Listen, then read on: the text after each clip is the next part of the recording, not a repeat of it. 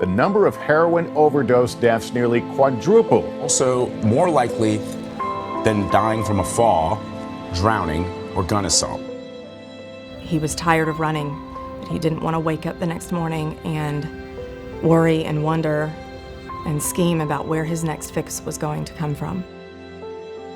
The National Safety Council found Americans' chance of dying from an opioid overdose has increased to 1 in 96. So that is compared to 1 in 103 likelihood of dying in a car accident.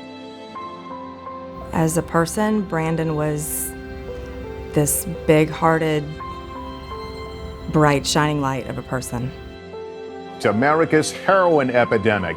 There are some alarming new numbers out from the CDC showing a dramatic rise in the heroin epidemic in this country. The overdoses that we're seeing on the street are from heroin or synthetic opioids, like fentanyl, carfentanil. He just looked up at me and told me thank you. And when I asked him for what, he said for not giving up. He said thank you for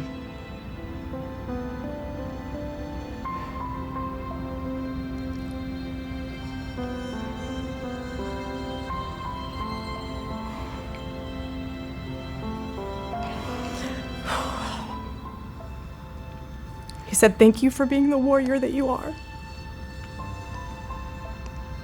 He said, because my other friends that I left behind today, he said their moms could care less. He said, and if they do care, they feel helpless and they don't know what to do.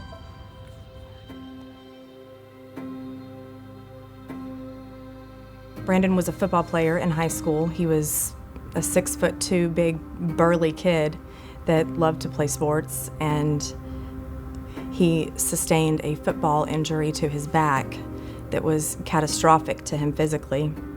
And he was benched for his senior year of high school, and throughout that time he was going through doctor's appointments, trying to determine what the injury was, the extent of the injury, the source of the pain, and a remedy and a treatment plan. But for the first year of Brandon's treatment plan, it did include a lot of painkillers.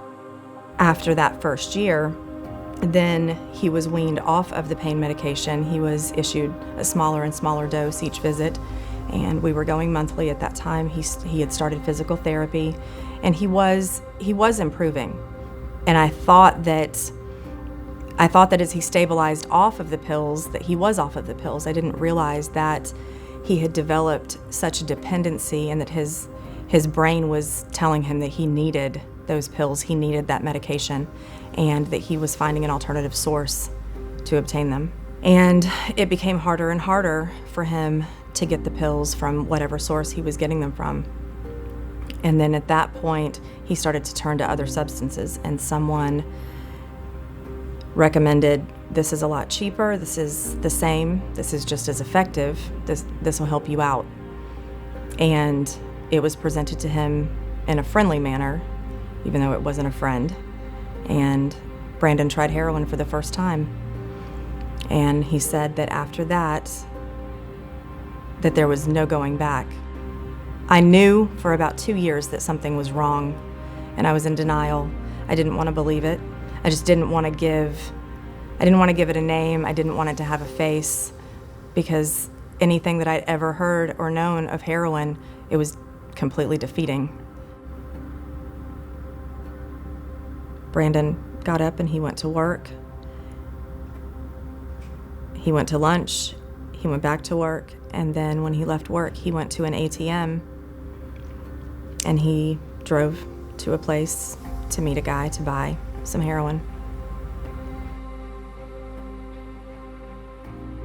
The girl behind the desk immediately knew who I was, and they walked me back to this room, and no one prepared me. I had no idea what condition my son was in, but I walked into a little room in the ER, and my son was laying in a hospital bed on life support. He was on a ventilator. He had just tubes and wires coming out of him everywhere. And I prayed on it, and I prayed over it, and I just begged to please not have to do it.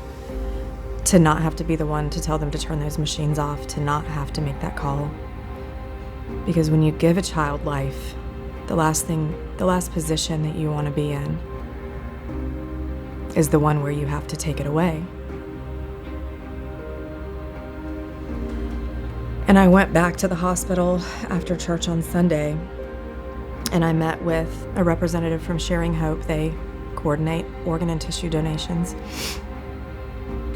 And the one thing that I wanted to ensure was that even though Brandon's life was ending, that he could pass life on to someone else, that he could give the gift of life to someone else. I just kept thinking, how can my son live on? What decisions can I make today and now that will keep a piece of him here? And the next day, Monday, Brandon was still laboring really, really hard. Just after 12 o'clock on Monday, Brandon herniated and all of his vitals spiked. And then his body just started to rest and the machine started to work for him. And the redness in his skin went away and his chest wasn't distended every time he would breathe. And his heartbeat slowed down and his whole body just became very peaceful. And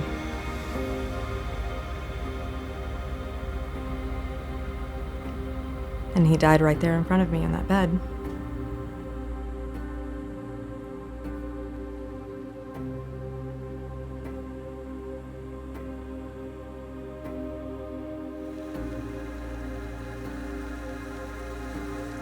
The city has started an initiative called Paths to Recovery, wherein within 48 to 72 hours of being notified of an overdose, we will make every effort to meet with the victim of the overdose as well as the family of the overdose, to share with them resources that are available to them.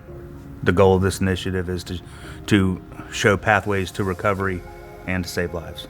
We have to do something to get ahead of the situation, to try and get ahead of the problem now, and incarceration's not the answer to every drug-related problem.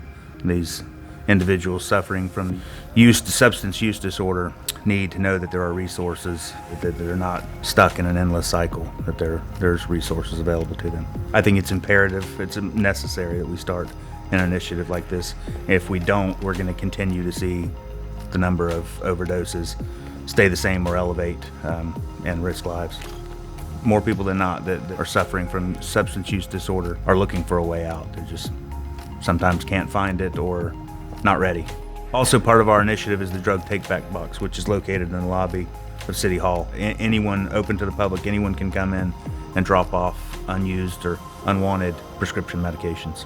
The more the word gets out, the more information we can share with the public and those experiencing it, the more assistance we're getting and the more willing others are to step up and help.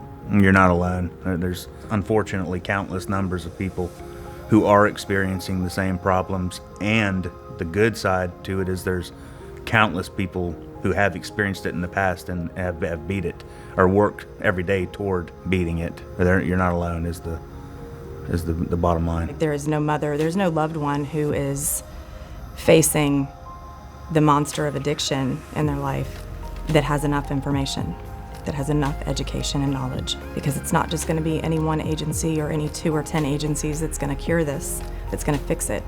It's going to be all of us coming together for the people that we love that struggle with addiction.